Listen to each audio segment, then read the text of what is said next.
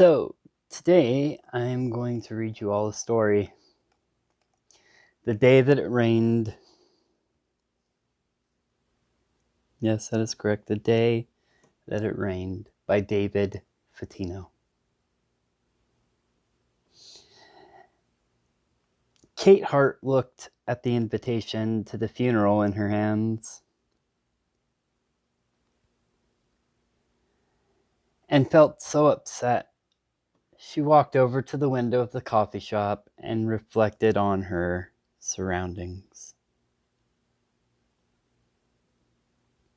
She had always loved going to Coffee Shop 802 with its fantastic futuristic design.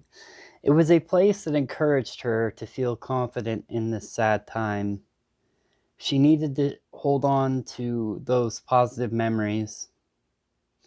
Then she saw something in the distance, or rather someone.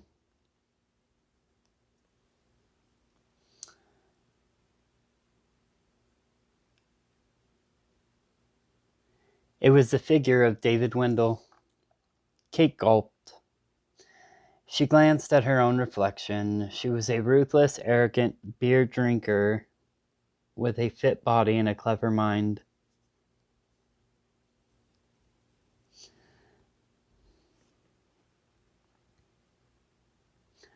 Her friends saw her as a two-faced monster. Once she had even saved an old lady that was crossing the street and almost got hit by a bus. The rain hammered and hailed against the window. It was making Kate afraid. As Kate stepped outside and David came closer, she could see the pain in his eyes. "Look, Kate," growled David, with a virtuous glare that reminded Kate of sinister fire demons. "It's not that I don't love you, but I want revenge." Kate looked back, even more afraid.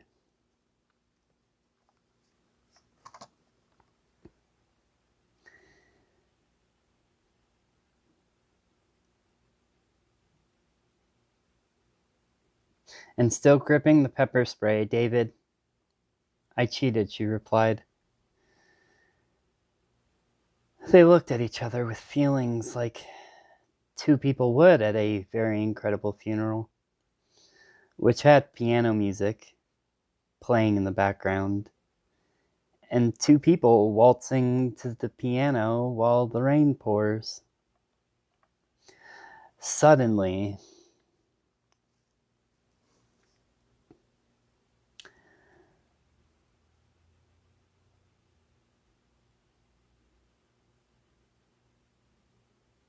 David looked at Kate and grabbed her hand. Kate said, "I am so sorry that I cheated on you, David." Quickly, Kate grabbed his ripped bicep and looked into his eyes. After the funeral was over, they began to kiss while it continued to rain. Then he said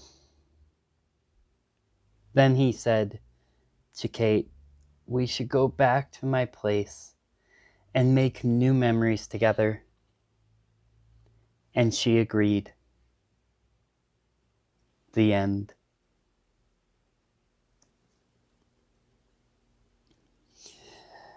So, I've written quite a few different stories that I've looked at and that I've written. Actually, not looked at, but written. And I find it really therapeutic and just really helpful overall. I think everybody should definitely take the time and, if they can, write, a story down, and, it'll get better as I continue to write and get better and better. It'll go a lot smoother. But for right now, this is kind of where I need to, my creativity is at right now, and I'm proud of that. because I used to hate to write. I used to hate to do stuff. Now it's just like, why not? That's what I say now. Why not? It's important. You know, if it's important to you, that's all that matters. It's all that matters is if you're happy with you, you know? Because ultimately, if you're happy, that vibe that you give out will be picked up by the world. Because people like being around happy people.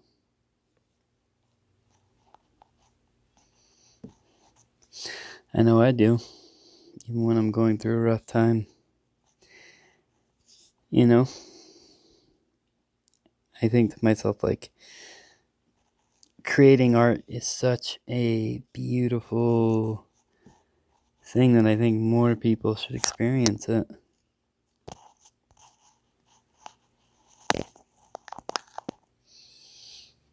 I really do. I really, really do. I think it's important for all of us to, you know, still have that creative part of our energy, our soul, our whatever kind of name you want to put on it.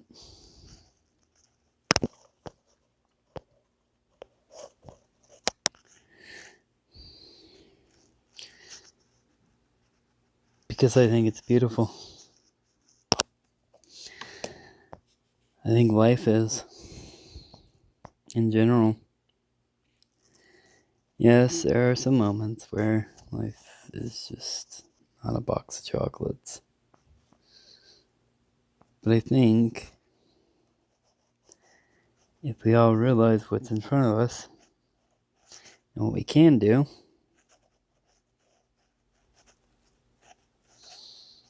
then that's the most important thing.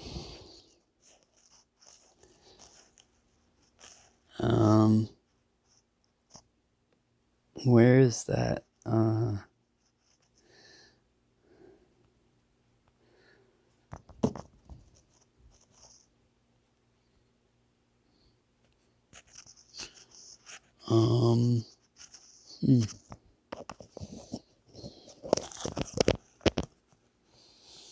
I'm really trying to figure out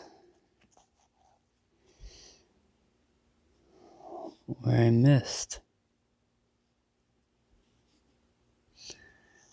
I bet you.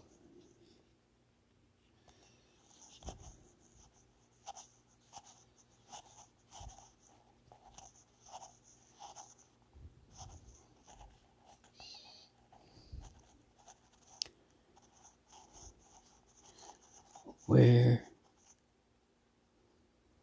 is it?